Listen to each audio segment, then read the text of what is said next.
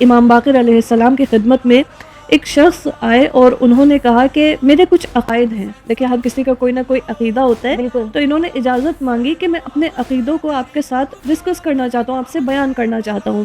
تو امام نے اجازت دی اور اس شخص نے پھر اپنے عقیدوں کو بیان کرنا شروع کیا. ان کا پہلا یہ تھا کہ انہوں نے کہا کہ میں آپ کو بہت زیادہ چاہتا ہوں اور آپ کے چاہنے والوں کو بھی بہت زیادہ چاہتا ہوں، اور جو آپ کے دشمن ہیں ان سے نفرت کرتا ہوں اور آپ کے دشمن کے چاہنے والوں سے بھی نفرت کرتا ہوں. تو یہ ایک عقیدہ انہوں نے بیان کیا. دوسرا عقیدہ کہ آپ کے کہے گئے حلال کو حلال سمجھتا ہوں اور آپ کے کہے گئے حرام کو حرام سمجھتا ہوں. بہت افسوس کے ساتھ آج کے دور میں یہ چیز ختم ہو گئی ہے.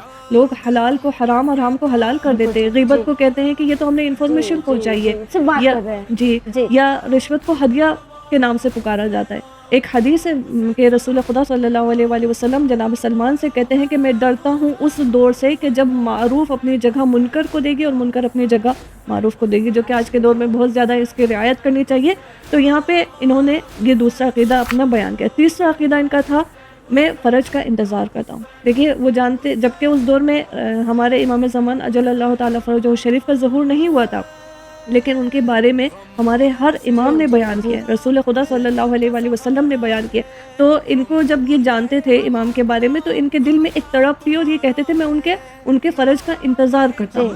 تو یہاں پہ یہ تین عقیدے انہوں نے اپنے بیان کیے. جیسے ہی امام باقر علیہ السلام نے یہ باتیں سنی، فرمایا کہ تمہاری جیسی باتیں ایک نے میرے والد بزرگوار امام سجاد علیہ السلام سے بھی کہی تھی، اور میرے والد نے بھی ان کو یہی جواب دیا تھا. کیا جواب دیا تھا؟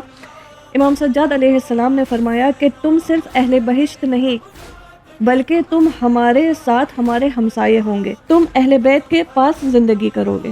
اب جیسے ہی اس نے یہ باتیں سنی یہ بہت خوش ہوا اور اس نے گزارش کی، مطلب ریکویسٹ کی کہ آپ دوبارہ سے ان جملوں کو دہرائیں، کیونکہ اس کو بہت اچھے لگے تھے. امام نے دوبارہ ان جملوں کو تکرار کیا. پھر انہوں نے امام کا بوسہ لیا اور وہاں سے اٹھ کر چلنے لگے، رخصت ہونے لگے. امام نے پکارا اور جو وہاں پہ حاضرین تھے ان کے سامنے اس بات کو بیان کیا کہ جو بھی یہ چاہتا ہے کہ جنتی چہرے دیکھے اس شخص کے چہرے کو دیکھے. اب آپ سوچیں کہ جو اہل بیت علیہ السلام سے محبت کرتے ہیں ان کے بارے میں امام باقر علیہ السلام نے ایسے بیان کیا